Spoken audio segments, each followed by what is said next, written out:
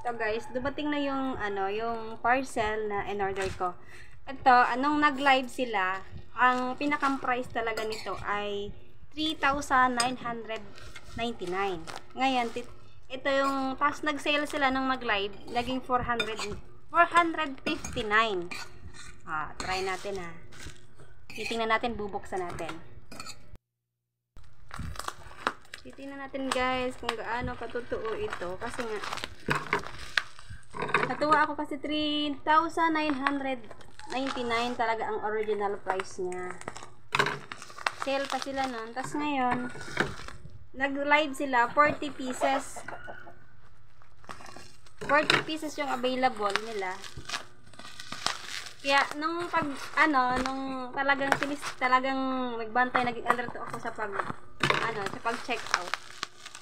Pag sinabi ng